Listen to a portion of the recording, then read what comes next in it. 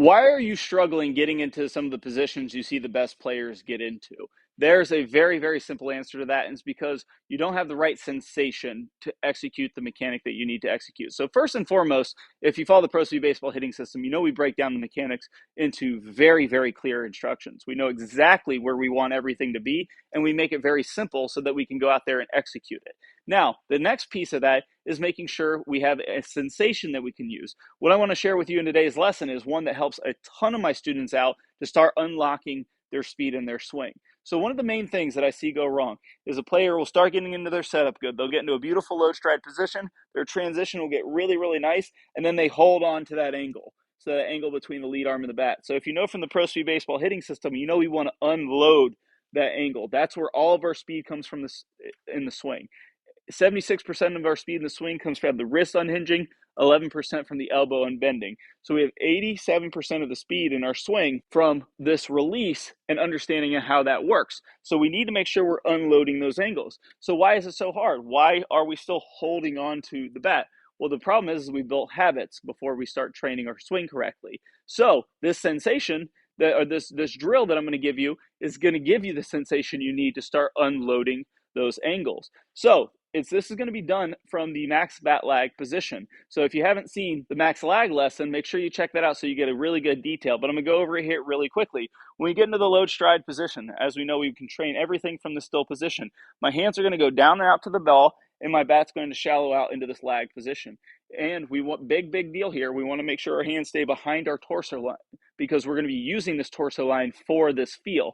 This is going to be the feel of throwing the bat from behind the torso line. So what this means is we're going to have the feel that our hands are going to stay behind this torso line as we throw the barrel. So the feel is I'm going to feel like they stay back here, but realistically, we're not going to actually leave our hands behind there. So when you're doing this drill, kind of use a little bit of common sense when it comes to what we're doing. We're going to feel like the hands stay back here with the understanding that they're not going to. We're not going to try to do something weird and leave our hands behind. But the feel is the hands stay behind the torso the whole time, and you're going to feel like you throw the bat from behind the torso line. So let me show you what that looks like from the down the line view.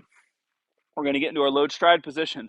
We're going to get into the max lag position. My hands are going to go down and out to the ball as our bat shallows out. Then from here, we're going to feel like we throw the bat from behind the torso line. So let's do a couple of them right here. So I'm going to go ahead, and then my sensation here is that my hands are staying behind my torso the whole time. So this is going to force me to move the bat versus my body. Because when we move that bat's going to move a lot faster than our body can move it. So we're going to load stride here. I'm in my max lag position, and I'm going to feel like my hands stay behind my torso, and I feel like I just threw the bat. I actually did kind of throw the bat, but that's a very, very hardcore release. So as you can see there from the slow motion playback, I am definitely releasing the bat, but my hands are not actually staying behind the torso line. Let me show you what that looks like here from the down the line view. Load stride. Going to get into that bat lag position, hands stay behind the torso, and I'm feeling like I'm just throwing the bat away from me. Feels like a cast, but you can't cast the bat from the lag position. It's literally impossible. The cast can only happen from the top of the swing. So we're right here. I'm going to feel like I throw the bat, and then you can see I get vicious speed into the bat, even from the still position. Now I'm doing that pretty fast for that drill. We don't need to do it that fast, but what this is going to do is give us the sensation that we need when we go from the top of the swing. So what I'm going to do now is I'm going to take some swings, and I'm going to feel like when I get from my load stride position, I'm going to feel like my hands sink down and throw from behind the torso line. So let's try one out here. We're going to feel like the hands come in from behind the torso line, and then I'm going to be releasing the bat.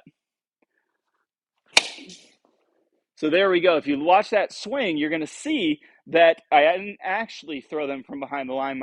My feel was my hand stayed back there, but I got a very good release with forward shoulder tilt, stayed on the ball the entire time. Let's go ahead and do one more here from the down the line view. And again, my sensation here is going to be throwing the bat with my hands staying behind the torso. And this is all an effort to get that bat moving versus trying to move the bat with our body. So let's go ahead and take one here. And there we go. As you can see from the slow motion playback, everything sunk down perfectly. Obviously, my hands didn't stay behind, but my feel was they did. And again, this is just a sensation. We don't always have to maintain the same thing when we're going into the game. This can just be utilized as a tool to get the mechanics we want to get. So now that we got a good feel for releasing the bat, one thing we got to make sure we guarantee before we release the bat is making sure we get down into that transition properly. So I don't want to leave you hanging on understanding how that works. So I'm going to play a great bonus lesson for you on one of our best videos for the transition. This is going to be from our All Access library. I'm going to play a preview of that at the end of this video. That's going to show you exactly how we get this bat to transition.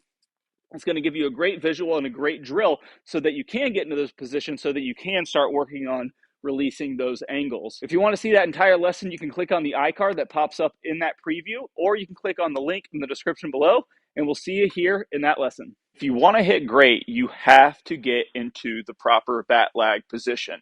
Why is this reason we want this? Is because it allows us to maximize our bat speed. So our bat cannot get to its highest speed until it gets 90 degrees to our spine. So if my spine is straight up and down, when this bat gets 90 degrees to my spine, that's when it can reach its maximum velocity. Everything in motion is going to seek 90 degrees to its axis when it maximizes its speed. If the bat gets somewhere in this area soon enough, we can now get into the proper bat lag position to release the bat. An improper bat lag position would be above the most common mistake, where the bat gets up too high, then it tries to get into the position, and by that time it's just too late. So how do we train this position? Well, I've got a beautiful drill that's going to show you exactly how to start getting into this transition position, and it's going to be just as simple as understanding the extension of the bat.